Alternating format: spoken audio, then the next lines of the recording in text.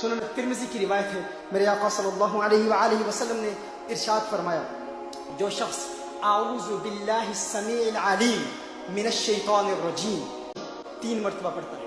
کتنی مرتبہ؟ 3 مرتبہ. یہ بڑا عظیم نسخہ ہے، بڑا قیمتی ورد ہے، یہ تحفہ ہے. اور یہ ورد کیا ہے؟ حضور اکرم صلی اللہ علیہ وسلم ارشاد فرماتے ہیں، جس نے ہر روز اعوذ باللہ السمیع العلیم من الشیطان الرجیم 3 مرتبہ پڑھا اور سورہ حشر کی آخری 3 آیتیں 1 مرتبہ پڑھی.